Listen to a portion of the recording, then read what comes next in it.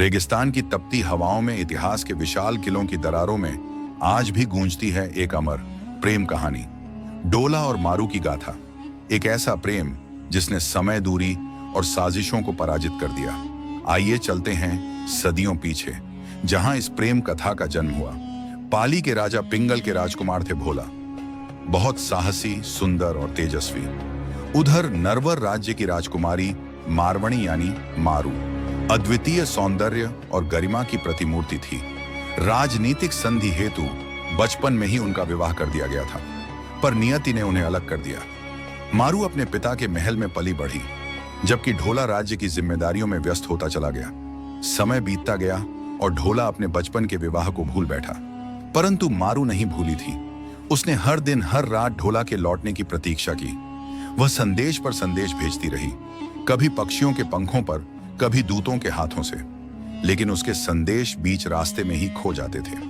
डोला की दूसरी पत्नी मलकन, जो जलन और ईर्ष्या से भरी थी, मारू के हर संदेश को रोक देती थी। डोला तक उसके प्रेम की पुकार कभी नहीं पहुंच पाती थी।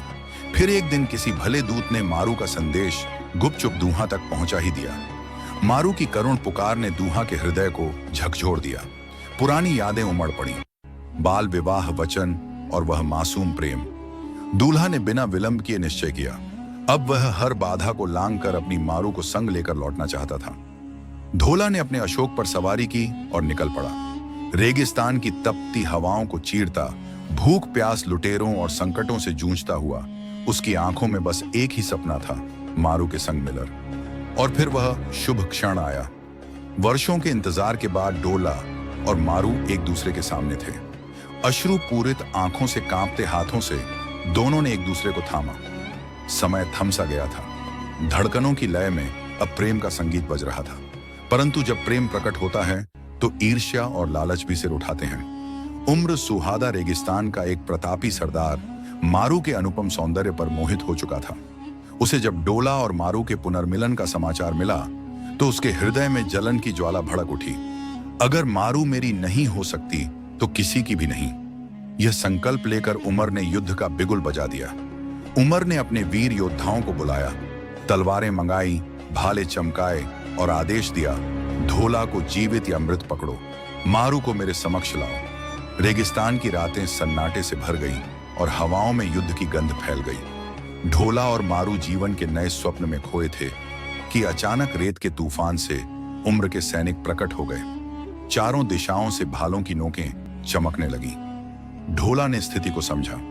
उसने मारू को ऊंट के पीछे सुरक्षित किया और अपनी चमचमाती तलवार निकाल ली। उसकी आंखों में अब प्रेम के साथ साथ पराक्रम की ज्वाला भी थी। वह गरज कर बोला, जो प्रेम पर वार करेगा उसके रक्त से आज यह धरती रंग दूंगा मैं। डोला अकेले होते हुए भी सैकड़ों सैनिकों पर बिजली की तरह टूट पड़ा। भाले उसकी ढाल पर टूटे, तलवारें उसकी तलवार से टकराई, लेकिन उसका उत्साह तनिक भी नहीं डगमगाया। प्रेम ने उसे अमर योद्धा बना दिया था। रेत में खून की बूंदें गिरने लगी, धरती करा उठी, पर ढोला हर वार के साथ और भी प्रचंड होता गया। जब उमर ने देखा कि उसके सैनिक बिखरने लगे हैं तो वह स्वयं रणभूमि में कूद पड़ा। उसकी तलवार डोला के सर पर गिरी, लेकिन डोला ने उसे अपने वार से रोक लिया। दोनों योद्धाओं के बीच भीषण द्वंद्व छिड़ गया। तलवारों की टंकार, रेत में गूंजती हुंकार और प्रेम व अभिमान की यह अंतिम परीक्षा थी। डोला ने अपने समूचे साहस और प्रेम की शक्ति से एक भीषण वार किया और उमर धरती पर गिर पड़ा। उसकी सेना भयभीत होकर भाग खड़ी हुई। डोला ने मारू की ओर देखा। उसकी आंखों में आंसुओं के साथ विश्वास था। उसने अपना हाथ आगे बढ़ाया और कहा, चलो प्रिय, अब कोई शक्ति हमें अलग नहीं कर सकती। ढलते सूरज की सुनहरी किरणों के बीच ढोला और मारू ऊंट पर सवार होकर अपने प्रेम के स्वर्णिम भविष्य की ओर बढ़ चले। उनकी प्रेम गाथा रेत के कण कण में समा गई और आज भी राजस्थान की हवाओं में गूंजती है कि सच्चा प्रेम समय को भी पराजित कर सकता है। तो दोस्तों, ये थी भोला और मारू की अमर प्रेम कहानी। उम्मीद है आज का यह वीडियो आपको बहुत पसंद आया होगा। अगर वीडियो पसंद आया हो तो लाइक करना और चैनल पर पहली बार आए हो तो चैनल को सब्सक्राइब कर घंटी जैसी आकृति को दबा देना। अब हमें दीजिए इजाजत। जय हिंद, जय भारत। आपका दिन शुभ